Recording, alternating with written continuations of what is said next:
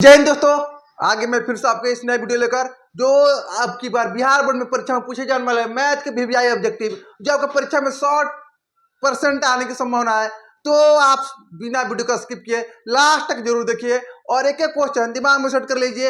एक बार ये वीडियो देखकर जाइए, परीक्षा में आप गर्दा गर्दा उड़ा के आएगा। तो चलिए स्टार्ट करते हैं। हमारा पहला क्वेश्चन हो गया, लिखा हुआ है कि 2052 के अभाज्य गुणनखंड में 3 का आपको घात बताना है। कितना का घात बताना है? 3 का। क्या करेंगे? तो सबसे पहले आप इसका गुणनखंड करिए। गुणनखंड कैसे होगा? चलिए करते हैं। तो इसका गुणनखंड करते हैं। काटिए 2 से 2 एक बार में, 0 का 0, 5 नहीं कटेगा तो इसमें 4 2 बार में, इधर 1 बचेगा, इधर 2, 12 6 बार में।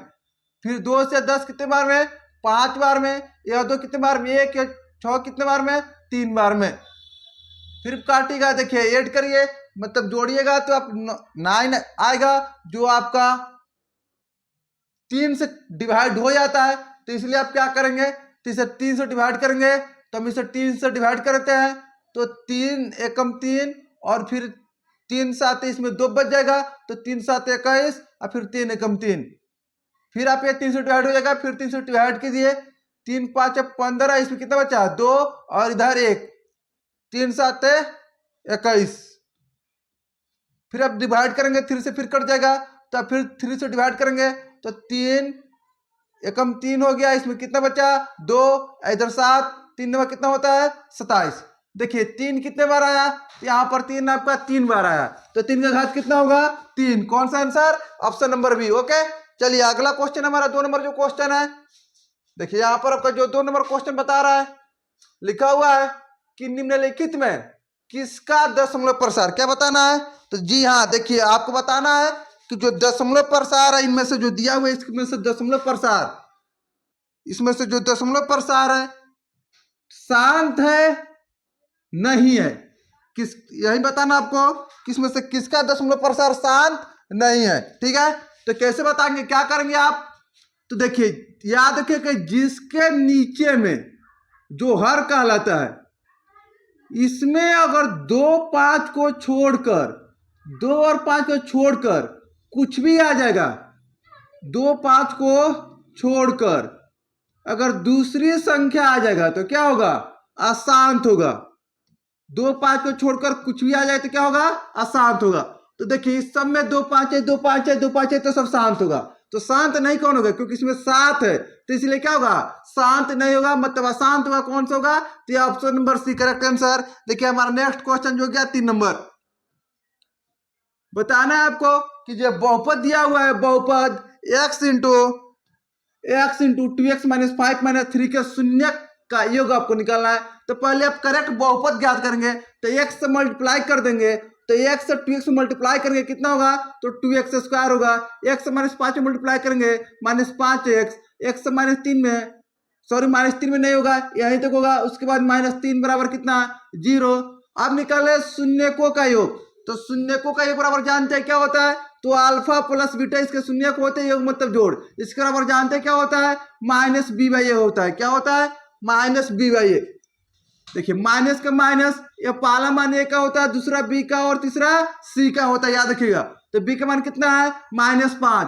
तो यह एक यहाँ पर फॉर्मूला का माइनस और यह माइनस मिलकर प्लस हो गया, 5 हो गया। एक मान कितना है? 2, तो 5/2 हो गया। अगर आपको यह पूछा जाता कि गुणनफल, क्या पूछा जाता? गुणनफल पूछा जाता। आपसे अगर पूछा जाता गुणनफल, तो ये गुणनफल क्या होता है? तो अल्फा गुने बीटा, इसके बराबर क्या होता है? सी बाई ए। तो सी का मान रखते हैं आप -3 और ए का मान कितना? 2, तो ये क्या हो जाता? गुणनफल हो जाता। तो चलिए अब हमारा अगला क्वेश्चन जो है, देखिए 4 नंबर जो क्वेश्चन दिया हुआ है, आपको बताना है इसमें यदि समीकरण 2x square plus px minus 3 बराबर 0 का एक मूल -3 है तो आपको क्या करना है? p का मान ज्ञात करना है। देखिए आपको दिया हुआ है कि मूल जो है -3 है। मूल मतलब क्या? तो मूल मतलब कि x का मान, मतलब आपको x का मान दिया है कितना है? -3 है। तो आपको इसे हल करके क्या करना है? तो इस समीकरण को आपको हल करके p का मान ज्ञात करना है। किसका मान? आपको p का मान ज्ञात करना है। तो चलिए हम ज्ञात करके दिखाते हैं आपको। तो देखिए 2 का तो 2 हो गया, x मूल मतलब क्या हुआ? x का मान शून्य का है, तो इसका मतलब क्या? अगर शून्य दिया रहा है, मूल दिया रहा है, मतलब x का मान दिया हुआ है, तो x मान कितना दिया है? -3। तो x कितना रखेंगे? -3 का स्क्वायर, ठीक है, प्लस प्लस हो गया, p का निकालना है, x का मान कितना है तो -3, तो -3 हो गया, फिर -3 है बराबर 0। आगे हल करेंगे, 3 का स्क्वायर कितना होता है 9, 9 दूने कितना हो गया 18, प्लस माइनस गुना करेंगे माइनस होगा, -3p से 3 गुना -3p, फिर इधर -3 बराबर आपका कितना हो गया 0 हो गया। यह देखिए 18 में से 3 घटा कितना बचेगा तो 15 बचेगा, 15 प्लस होगा उस हट जाएगा, क्या होगा माइनस में, तो -3p बराबर क्या तो -15, माइनस से माइनस खत्म, क्या बचा तो 3 से 15 के बार में 5 बार में p का मान कितना निकला 5। कौन सा ऑप्शन, ऑप्शन नंबर सी इसका करेक्ट आंसर होगा। चलिए अब हमारा अगला क्वेश्चन जो है,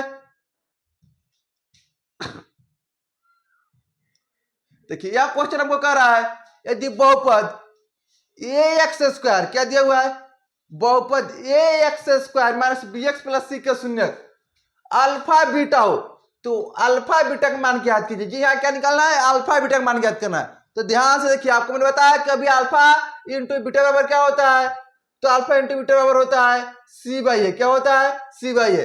देखिए c का मान तो c है तो c ही होगा, a का मान कितना है तो a ही होगा, तो इसका आंसर क्या होगा c बाई ए। कौन सा option, option number C correct answer हो गया। चलिए अब हमारा अगला क्वेश्चन की ओर देखते हैं। तो ये हमारा नेक्स्ट क्वेश्चन हो गया, क्वेश्चन नंबर 6 पूछ रहा है आपको निम्नलिखित में कौन समांतर श्रेणी, क्या बताना है कि आपको इसमें बताना है कि इसमें से समांतर श्रेणी में कौन है। तो देखिए समांतर श्रेणी मतलब कोई सी भी अगले पद में से जब पिछला पद आप घटाएंगे तो अगर बराबर अंतराल आए तो समांतर श्रेणी होता है। जैसे 5 में से 2 घटाइए कितना आया 3 आ गया आपका, 7 में से 5 घटाइए कितना आया 2 आया, या बराबर अंतराल में नहीं आ रहा है तो समांतर श्रेणी नहीं है।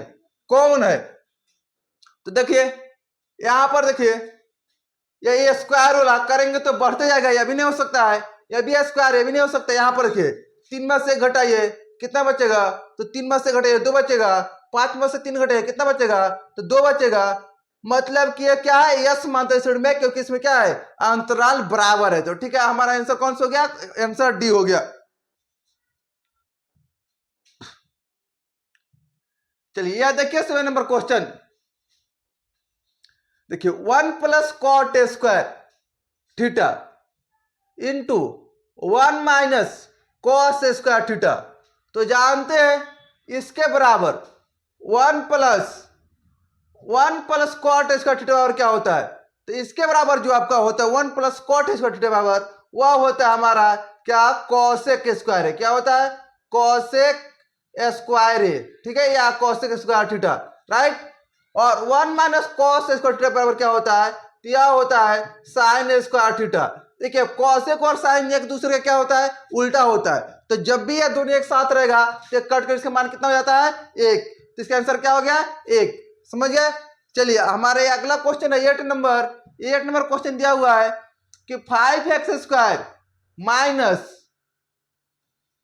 4x प्लस 2 बराबर 0 का विविक्तर, आपको विविक्तर निकालना है। तो विविक्तर का सूत्र क्या होता है जानते हैं, विविक्तर जो निकालने का सूत्र होता है उसे हम डी कहते हैं, और डी बराबर क्या होता है बी स्क्वायर माइनस 4ac। हाँ जी हाँ, एक आपके लिए जरूरी सूचना कि अगर आप सभी मैथ का फॉर्मूला चाहते हैं तो हम यूट्यूब पर एक इसका पीडीएफ भी अपलोड कर चुके हैं, और आप जाकर वहां पर देख भी सकते हैं, एक एक फॉर्मूला समझा चुके हैं, तो हमारे वीडियो को जाकर जरूर देख लीजिएगा।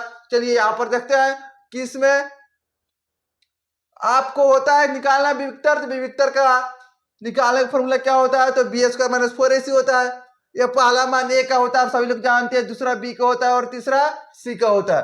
तो बी का मान कितना है तो बी का मान -4 है, तो -4 का स्क्वायर माइनस फिर 4, ए का मान कितना है तो ये 5 हो गया, और सी का मान कितना है 2 हो गया, 4 का स्क्वायर करके 16 आएगा, 4 5 20, 20 दूने कितना 40, 16 में से 40 घटेगा कितना बचेगा तो आप सभी लोग जानते हैं माइनस में 24 बचेगा। तो देखिए कौन सा ऑप्शन तो ऑप्शन नंबर बी -24। चलिए अब हमारा अगला जो क्वेश्चन हो गया क्वेश्चन नंबर 9, यह जो आपको कह रहा है बताना है आपको कि 2x स्क्वायर क्या 2x² माइनस 4x प्लस 3/0 के मूल की प्रकृति। अगर आपको प्रकृति निकालना है तो इसके लिए आपको डी निकालने की जरूरत पड़ता है। समझा रहा हूं, समझिएगा। डी निकालिए तो उसके बाद आपको पता चलेगा कैसे इसका प्रकृति क्या होगा। तो ए होता है, बी होता है और सी होता है। तो चलिए डी निकालते हैं। तो डी बराबर बी स्क्वायर, बी की जगह कितना हो गया -4 माइनस 4, ए का मान 2 हो गया और फिर सी का मान कितना हो गया 3 हो गया। 4 का स्क्वायर कितना होता है 16, 4 दूना 8, ये कितना होता है 24, 16 में 24 घटेगा कितना बचेगा तो -8। देखिए प्रकृति है तो हम विवेचक या विवेकता निकाल दिए, डी निकाल दिए। अब आपको निकालना क्या है तो आपको प्रकृति बताना है। तो प्रकृति क्या होता है कि जब डी बराबर 0 होते हैं तो मूल कैसा होता है वास्तविक और समान होता है। याद कि जब डी बराबर 0 होता है मूल वास्तविक और समान। अगर डी 0 से छोटा हो जाए, डी निकाले 0 से क्या हो जाए छोटा हो जाए, तो मूल जो होता है वो होता ही नहीं है, वास्तविक नहीं होता है। समझ गए। और अगर डी 0 से बड़ा हो जाए तो वास्तविक और असमान होता है।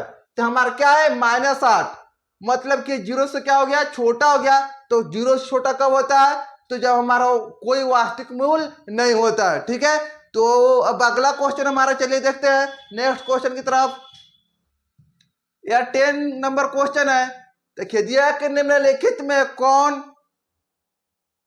आपको बताना है इसमें निम्नलिखित में कौन x² माइनस 3x प्लस 2 बराबर 0 के एक मूल है। देखिए बहुत ही आसान क्वेश्चन है, आप इसे 1 सेकंड में बना सकते हैं। ध्यान देखिए, आपको बताना है कि इसमें कौन इसका मूल है। सिंपल है, आप इस मान को इसके अंदर रखिए। अगर इधर रखने के बाद इस साइड 0 है, अगर इस साइड भी वो मान 0 हो जाए तो वही इसका मूल होता है। तो यहाँ पर देखिए, यहाँ पर अगर 0 रखेंगे तो आएगा क्या 1 रखेंगे आएगा क्या 2 रखेंगे नहीं आएगा। देखिए 2 रखते हैं तो 2 का स्क्वायर कितना होता है 4, या 2 से 3 में गुणा करिए कितना होगा -6 प्लस 2, 2 4 कितना हो गया 6, 6 में 6 घटकर कितना हो गया 0 बराबर कितना है 0। इधर भी 0 इधर भी 0, किसे रखने के बाद आया तो ये 2 को रखने के बाद आया। तो हमारा करेक्ट आंसर कौन हो गया यही इसका क्या है मूल है। ठीक है। तो इस वीडियो में इतना ही, फिर अगले वीडियो में मैं लेकर और सभी इसका क्वेश्चन आऊंगा, क्योंकि इस तरह वीडियो बहुत लंबा हो जाएगा तो आपको देखने में मजा भी नहीं आएगी। तो अगले वीडियो में फिर मिलते हैं, तब तक के लिए आपको अगर वीडियो अच्छी लगी हुई हो तो लाइक सब्सक्राइब और शेयर जरूर कर देना। धन्यवाद। यस।